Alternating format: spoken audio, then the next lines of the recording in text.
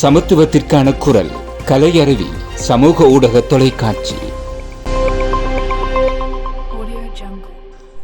கலையருவி தொலைக்காட்சியின் பிரதான செய்திகள். வாசிப்பவர் ACM ருமைஸ். முதலில் தலைப்புச் செய்திகள். தேர்தல் முறைப்பாடுகளை தெரிவிக்க விசேட தொலைபேசி இலக்கம். ஜனாதிபதி தேர்தலுக்கான வாக்குப்பெட்டிகள் அனுப்பி வைப்பு. அறகலைய போராட்டம் தொடர்பான காணொளிகளை பகிர்பவர்களுக்கு சட்ட நடவடிக்கை. புலமை பரிசில் பரீட்சையின் சர்ச்சைக்குரிய 3 கேள்விகள் நீக்கம். வாக்கு மோசடியில் ஈடுபடுவோருக்கு 2 லட்சம் ரூபாய் அபராதம். அவை இன்றைய தலைப்புச் செய்திகள். இனி விரிவான செய்திகள். தேர்தல்கள் ஆணைக்குழுவின் தேர்தல் சர்ச்சை தீர்வு பிரிவினால் விசேட தொலைபேசி இலக்கங்களை அறிமுகப்படுத்துவதற்கு தேர்தல்கள் ஆணைக்குழு நடவடிக்கை எடுத்துள்ளது. எதிர்வரும் 21ஆம் தேதி நடைபெறவுள்ள ஜனாதிபதி தேர்தலுடன் தொடர்புடைய சுதந்திரமான மற்றும் நியாயமான வாக்கெடுப்பை நடத்துவதற்கும் தேர்தல் சட்ட மீறல்கள் மற்றும் வாக்கெடுப்பின் போது சட்ட விரோதமான செயற்பாடுகள் தொடர்பில் தெரிவிப்பதற்கும் இந்த தொலைபேசி இலக்கங்கள் அறிமுகப்படுத்தப்பட்டுள்ளன. இதன்படி ராஜகிரிய பொது தேர்தல் செயலகத்தில் நிறுவப்பட்டுள்ள தேசிய தேர்தல் சர்ச்சை தீர்வு பிரிவிற்கு இது தொடர்பான சம்பவங்கள் தொடர்பில் அறிவிக்குமாறும் ஆணைக்குழு மக்களிடம் கோரியுள்ளது. ஜனாதிபதி தேர்தலில் வாக்குப்பெட்டிகளுக்கு பயன்படுத்தப்பட உள்ள அட்டை பெட்டிகள் நாடளாவிய ரீதியில் உள்ள அனைத்து தேர்தல் அதிகாரிகளுக்கும் அனுப்பி வைக்கப்பட்டுள்ளதாக தேர்தல் ஆணைக்குழு தெரிவித்துள்ளது. அதன்படி எதிர்வரும் 20ஆம் தேதி தேர்தல் அலுவலர்கள் உரிய வாக்குப்பெட்டிகளை வாக்குச்சாவடிகளுக்கு விடுவிப்பார்கள். இம்முறை மரப்பெட்டிகளுக்கு பதிலாக அட்டை பெட்டிகளை பயன்படுத்த தேர்தல்கள் ஆணைக்குழு தீர்மானித்துள்ளது. அதன்படி 3 அளவுகளில் அட்டை பெட்டிகள் உருவாக்கப்பட்டுள்ளதாகவும் ஆணைக்குழு குறிப்பிட்டுள்ளது.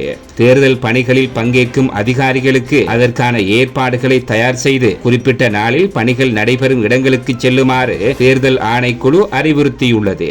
ஜனாதிபதி தேர்தல் பாதுகாப்பு மற்றும் ஏனைய கடமைகளுக்காக 63,000 போலீசார் ஈடுபடுத்தப்பட உள்ளதாக போலீசார் தெரிவித்துள்ளனர். வாக்கு எண்ணும் நிலையங்கள் மற்றும் வாக்களிப்பு நிலையங்களின் பாதுகாப்பிற்காக போலீஸ் அதிகாரிகள் ஈடுபடுத்தப்பட உள்ளதாக போலீஸ் தலைமையகம் தெரிவித்துள்ளது.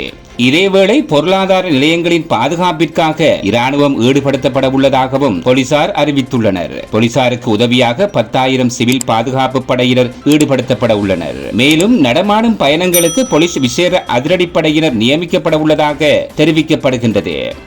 அரசியல் லாபத்திற்காக தவறாக வழிநடத்தும் வன்முறை சம்பவங்களை தூண்டக்கூடிய, குறிப்பாக கடந்த 2022ஆம் ஆண்டு நடைபெற்ற அறகலைய போராட்டம் தொடர்பான காணொளிகளை பகிர்பவர்களுக்கு எதிராக சட்ட நடவடிக்கை எடுக்கப்படும் என போலீஸ் திணைக்களம் தெரிவித்துள்ளது. கட்டுநாயக்க விமான நிலையத்திற்கு அருகில் முன்னெடுக்கப்படும் வாகன சோதனைகள் மற்றும் 2022ஆம் ஆண்டு மே 9ஆம் தேதி ஊரடங்கு சட்டம் அமலில் இருந்த காட்சிகள் உட்பட நாட்டின் பல்வேறு பகுதிகளில் இடம்பெற்ற சம்பவங்களின் காணொளி சமூக ஊடகங்கள் மீள பகிரப்படுவது தெரிய வந்துள்ளதாக போலீசார் தெரிவித்துள்ளனர்.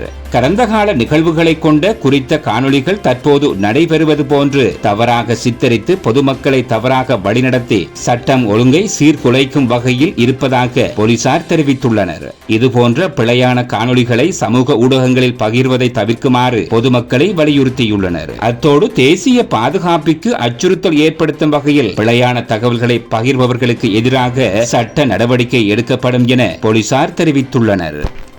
கடந்த ஞாயிற்றுக்கிழமை நடைபெற்ற 5ஆம் தர புலமை பரிசில் பரீட்சையின் முதல் வினாத்தாளில் இருந்து சர்ச்சைக்குரிய 3 கேள்விகளை முறையான விசாரணைகளுக்கு பின்னர் நீக்குவதற்கு நடவடிக்கை மேற்கொள்ளப்படும் என பரீட்சைகள் ஆணையாளர் நாயகம் தெரிவித்துள்ளார். புலமை பரிசில் பரீட்சையின் முதல் வினாத்தாள் போன்று மாதிரி வினாத்தாள் ஒன்று அளவ பிரதேசத்தில் வாட்ஸ்அப் குழுக்களில் பரவி வருவதாக எழுந்த முறைப்பாடுகளின் அடிப்படையில் விசாரணைக்கு பின் இந்த தீர்மானம் எடுக்கப்பட்டுள்ளதாக அவர் தெரிவித்துள்ளார். இதன்படி இது தொடர்பான விசாரணைகளை மேற்கொள்வதற்காக நாளை 18ஆம் தேதி விசாரணை அதிகாரிகள் குழுவொன்று சம்பந்தப்பட்ட பகுதிக்கு செல்ல உள்ளதாகவும் அவர்களின் அறிக்கையின் பின்னர் சம்பந்தப்பட்ட வினாக்களை நீக்குவது தொடர்பில் இறுதி தீர்மானம் எடுக்கப்படும் எனவும் பரீட்சை ஆணையாளர் நாயகம் அமித் ஜெயசுந்தர தெரிவித்துள்ளார். இதேவேளை 5ஆம் தர புலமை பரிசில் பரீட்சையின் முதல் வினாத்தாளை கையடக்க தொலைபேசி மூலம் பகிர்ந்ததாக கூறப்படும் அனுராதபுரத்தில் உள்ள பரீட்சை நிலையம் ஒன்றில் உள்ள பாடசாலை அதிபர் உட்பட 6 ஆசிரியர்கள் பரீட்சை திணைக்கள அதிகாரிகளினால் கைது செய்யப்பட்டமையும் குறிப்பிடத்தக்கது.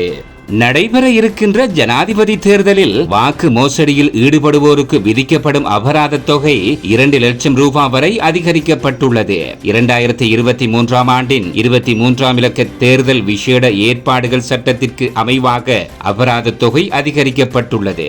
குற்றவாளிகளுக்கு அபராத தொகைக்கு மேலதிகமாக 1 வருடத்திற்கு மேற்படாத விளக்கமறியல் விதிக்கப்படும் என தேசிய தேர்தல்கள் ஆணைக்குழு தெரிவித்துள்ளது. இத்துடன் இன்றைய பிரதான செய்திகள் முடிவடைந்தன.